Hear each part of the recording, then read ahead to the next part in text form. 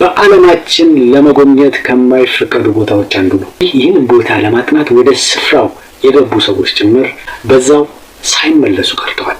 የቦሄሚያን ጫካ።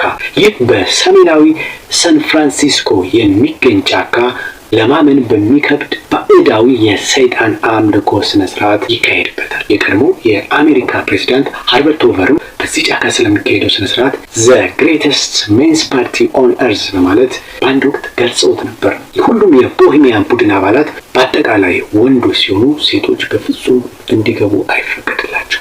ከፖለቲካው እንዲሁም ከሌሎች የስራ መስኮች የተውጣጡ ቁንጮ ሚስጥራዊ የቡድን አባላት በዚህ የቦሄሚያን መንፈስ ዘ ስፒሪት ኦፍ ቦሄሚያ ለሚባለው ስነ ስርዓታቸው ከተለያዩ የአሜሪካ ስቴቶች በዚህ ስፍራ ይሰበሰባሉ።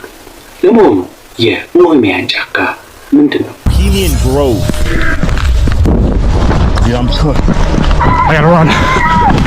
በዛሬው ዝግጅታችን በአሜሪካ ሳን ፍራንሲስኮ ስለሚገኘው በርካታ ምስጢራዊ ተግባራት ስለሚካሄድበት የቦሄሚያን ጫካ የሚላችሁ ይኖረኛል።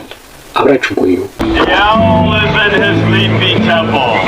ቦሄሚያን ጫካ ከሳን ፍራንሲስኮ ከተማ በስተሰሜን በኩል 70 ማይልስ ገባ ብሎ በ2700 ሄክታር ስፋት ላይ ተንጣሎ የሚገኝ ስፍራ ነው። እንደ አውሮፓውያን አቆጣጠር በ1872 ባዕዳዊ ስነ ስርዓቶችን የማዘጋጀት ልምድ የነበራቸው ሰዎች ለዚሁ ድብቅ ዓላማቸው ይረዳቸው ዘንድ በስፍራው ይህንን የቦሄሚያን ቡድንን እንዳቋቋሙ ነው የሚነገረው። ቦሄሚያን ጫካ በትላልቅ እና ረጃጅም ዛፎች ጥቅጥቅ ብሎ የተከበበው ይህ ሚስጥራዊ ስፍራ በውስጡ ከ2000 በላይ እንግዶችን ማስተናገድ የሚችል ማረፊያ ያለውና ከፊት ለፊት በኩልም በምስሉ ላይ እንደምትመለከቱት ታላቋ የቦሄሚያ ጉጉት የተሰኘችው ዘ ግሬት ኦል ኦፍ ቦሄሚያ በመባል የምትታወቀው 40 ጫማ ቁመት እንዳላት የሚነገርላት በግቢ ውስጥ በቀጥታ እንደገባን ይህንን የጉጉት ሐውልት እናገኛለን።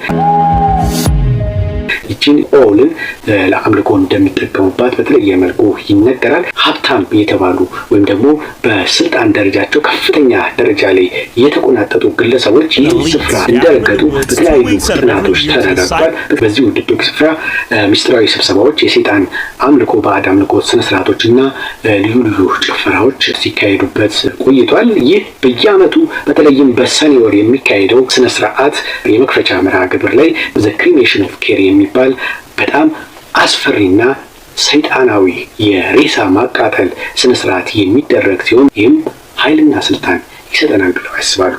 በነገራችን ላይ ይህን የቦሄሚያን ጫካ ለማጋለጥ በርካታ ዩቲዩበሮች ወደ ስፍራው በመስረግ የተለያዩ ዘገባዎችን ለመስራት ሞክረው ነበር። ነገር ግን በተለያየ ምክንያት ሳይሳካላቸው ቀርቷል።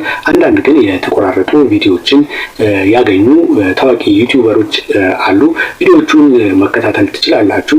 ነገር ግን ስለዚህ ጫካ መረጃ ለማግኘት እጅጉ አዳጋች እንደሆነ ነው የሚነገረው። በዚህና በሌሎች የተለያዩ ዝግጅቶች እስከ 2 ሳምንት በሚቆየው ስነስርዓት እስከ 2500 የሚደርሱ አባላት ይሳተፋሉ። እነዚህ የቡድኑ አባላት ደግሞ ኦህስ በሚል ቅጽል ስም ይጠራሉ። እንደ makes up for his left-leaning politics in the eyes of the Bohemian Club. Let's head down the trail to the Civic Center. There is an unofficial rule that politics and business are not discussed at both. ይህ ለብዙ ዓመታት ሲካሄድ የቆየው የቦሄሚያን ጫካ ምስጢራዊ የባዕድ አምልኮ እስከ ቅርብ ጊዜ ድረስ የተሟላ መረጃ ባለመኖሩ has been broken many times since they founded the club in 1870. ምክንያት የጫካው ስነ ስርዓት በከፍተኛ ጥበቃና ምስጢራዊነት የሚካሄድ ከመሆኑም በላይ አባላቶቹ በስነ ስርዓቱ ላይ ስለሚደረጉ እንቅስቃሴዎች ፎቶ እንዳያነሱ እንዲናገሩ አይፈቀድም። ለዚህ ስነ ስርዓቱ ለማንኛውም ፕሬስ ዝግ በመሆኑ ነበር እስካሁን ድረስ ይፋ ያልሆነው። ነገር ግን በ2000 እንደ አውሮፓውያን አቆጣጠር ሬዲዮ ቶክ ሾው አዘጋጅ የሆነው ታዋቂው ጋዜጠኛ አሌክስ ጆንስ በታሪክ ለመጀመሪያ ጊዜ ወደ ጫካው ሰርጎ በመግባት ሊያጋልጣቸው ችሏል። አሌክስ ጆንስ በጫካው ለ5 ሰዓታት መቆየት የቻለ ሲሆን ቢታውም በሚያመልኳት የኦል ወይም የጉጉት ሐውልት ፊት ለፊት ሲካሄድ የነበረውን የሬሳ ማቃጠል ስነስርዓት ክሪሜሽን ኦፍ ኬር ለ30 ደቂቃ ያህል በቪዲዮ ቴፕ ሪከርድ ለማድረግ ችሏል። አሌክስ ጆንስ እንግዲህ ይህ በአይኑ ያየው ነገር ያልተለመደ እንደሆነና ሪከርድ ባያደርገው ኖሮ ማንም ሰው ሊያምነው እንደማይችል እንዲህ በማለት በወቅቱ ገልጾ ነበር። ሁሉም ነገር በቪዲዮ በማስቀረቴ እግዚአብሔር ይመስገን፣ ባልቀርጸው ኖሮ ማን ያምነኝ ነበር? እኔ ራሴ እንኳን በአይኔ የተመለከትኩትን ነገር ለማመን ከብዶኛል ሲል ታዋቂው ጋዜጠኛ አሌክስ ጆንስ በወቅቱ የተመለከተውን አብራርቷል። የቦሄሚያን ጫካ አባላት በአሌክስ ጆንስ አማካኝነት በመጠኑ ቢጋለጡም አሁንም ግን ሚስጥራዊነታቸውን፣ ጥበቃቸውን በማጠናከር ባዕዳዊ ስነ ስርዓታቸውን ማካሄዳቸው ቀጥለዋል። በአሌክስ ጆንስ ሾው አማካኝነት የተነቃቁ የተወሰኑ የሚዲያ ሰዎች እንዲሁም ዩቲዩበሮች፣ ጋዜጠኞችና የሚዲያ ሰዎች በተለያየ ጊዜ ለማጋለጥ ጥረት ሲያደርጉ ቆይተዋል። በዚህ ምክንያት በዚህ ቡድን ላይ ተደጋጋሚ ተቃውሞ እንዲፈጠር አድርገዋል። በአሁኑ ሰዓት ቦሄሚያን ግሮቭ አክሽን ኔትወርክ የተባለ ተቃዋሚ ቡድን በመመስረት በተለይም በሰኔ ወር ባዕዳዊ ስነ ስርዓቶች በሚካሄድባቸው ጊዜ ህዝቡን በማነቃቃት እንዲሁም በማነሳሳት ጫካው በሚገኝበት አውራ ጎዳና ላይ በመገኘት በአባላቶቹ ላይ ከፍተኛ ተቃውሞ ይከፍቱባቸዋል። የቦሄሚያን ጫካ አባላት ጉጉት በጨለማ ማየት ትችላለች፣ እኛም እንዲሁ እናንተ ማየት የማትችሉትን እናያለን ይላሉ። በአጠቃላይ የቦሄሚያን ጫካ ቡድን በሚስጥራዊ መንገድ አምላካቸው ሰይጣንን የሚያመልኩበት ስፍራ እንደሆነ ይነገራል። ይህ በእነሱ አመለካከት የኃይለኞች ስብስብ የሆነ ቡድን ከሚያካሂዱት ባዕዳዊ ስነ ስርዓት በተጨማሪ በሰው ልጆች ላይ እንዲሁም በሀገራት ላይ ከፍተኛ ተጽዕኖ መፍጠር የሚችሉ ውሳኔዎችን በዚህ ስፍራ ላይ ያስተላልፋሉ።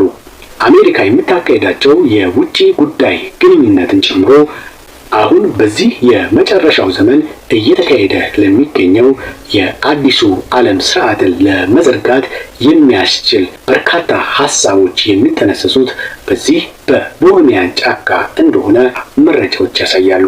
በዛሬ ዝግጅታችን በአሜሪካ ሳን ፍራንሲስኮ ስለሚካሄደው ሚስጥራዊ ስብሰባ ያነሳሳንበት ዝግጅት የተከታተላችሁትን ይመስላል። በቀጣይ ቪዲዮ እስከምንገናኝ መልካም ጊዜ ተመኘው። ባይ ባይ። Ciao.